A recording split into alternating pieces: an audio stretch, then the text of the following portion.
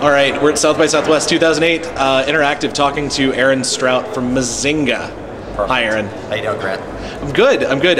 More importantly, how are you? Like, how's the show? I'm having a great time. I've actually spent a lot of my time at the Blog House. I didn't catch the Zuckerberg session and tried to get into the Kathy Sierra session, but got blocked out. But so far so good. Talking to people like yourself. You didn't miss much with Zuckerberg. Well, no, you missed an audience revolt. I saw that, and I blogged about it, and that was the big thing, I think, was the actual revolt. That was more exciting than the conversation with Zuckerberg. Exactly. Well, tell us a little bit about Mzinga. You guys are sort of bringing social media competence to the enterprise space, if I understand it correctly? That's a good way to phrase it. So we take business social media, or otherwise known as white label communities, and we bring the platform, the services, and the strategy to companies like Major League Baseball, ABC, WebEx, Deloitte, working with Cisco right now. So we have a lot of big name clients, and we're helping them think through the best way to use community with their customers, employees, and partners. All right, and tell us a little bit about what you actually do with them, because that's sort of a 10,000-foot board level presentation kind of thing. Sure, And yes. Our readers are a little more down to earth. A lot of them are influencers in that kind of space. But speak to them. That's fair. So we do it in two ways, really. We believe in this idea of pervasive community. So we really deliver community to people's sites in two different ways. So for instance, on Fox or ABC, we embed the discussion forums that are there, or the comments around the content, polls, things like that, and that all feeds back. It looks exactly like their site. That's what the white label means. We also build destination sites for someone like WebEx. If you go to webex.com and click on their community tab, we've provided a place where people can come, customers, employees, and they can comment on the products. They can talk about what works well for them, what doesn't, and at the end of the day, they don't know that it's Mzinga that's powering it. It looks like it's WebEx, it looks like it's ABC, it looks like whatever the site is. And there's a lot of value that these companies can get out of having these robust conversations with their employees, their partners, and their customers. So what would be, there are obviously a lot of enterprise level corporations doing social media right. There are a lot more doing social media all wrong, or just ignoring it altogether, trying to stick their head in the sand and pretend that it doesn't exist, and it's probably not going away.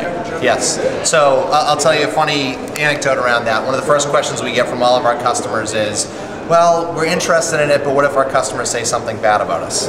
And we answer as politely as possible. Your customers already are saying things that are bad about you. They're saying things that are good about you, and they're saying that they'd like to talk to you.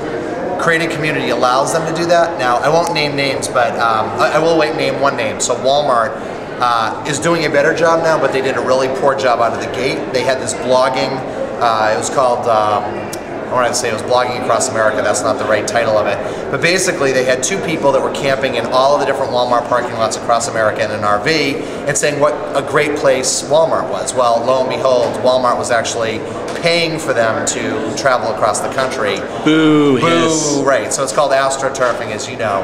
And people did not receive it well and really sort of laid into Walmart about that. We have another client that thought that they could do community well. They launched it with just the tools, and they tried to moderate it themselves with no real formal training.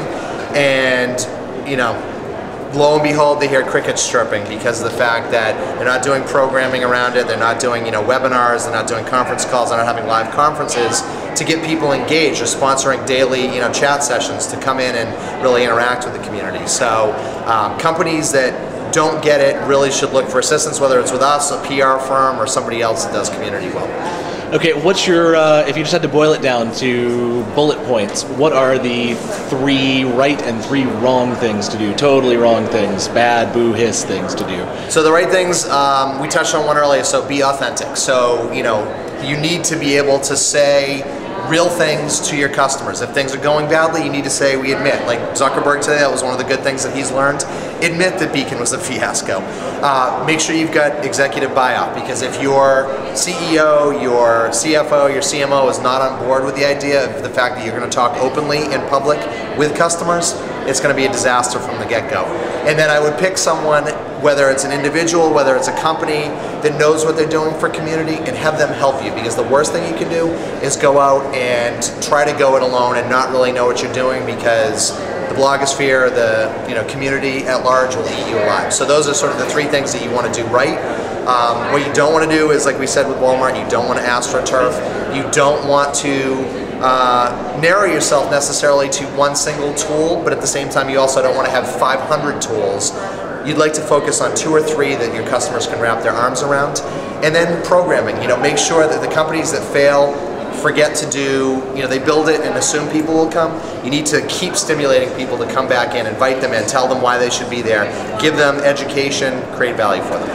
And if somebody wants to go check out Mzinga, where do they go? Then go to mzinga.com, M-Z-I-N-G-A. You can check me out, mzinga.com/Aaron. That's where my blogs are. A lot of the blogs from South by Southwest, including mentions of folks like Grant Robertson will be there. All right. Thanks for talking with us. My pleasure.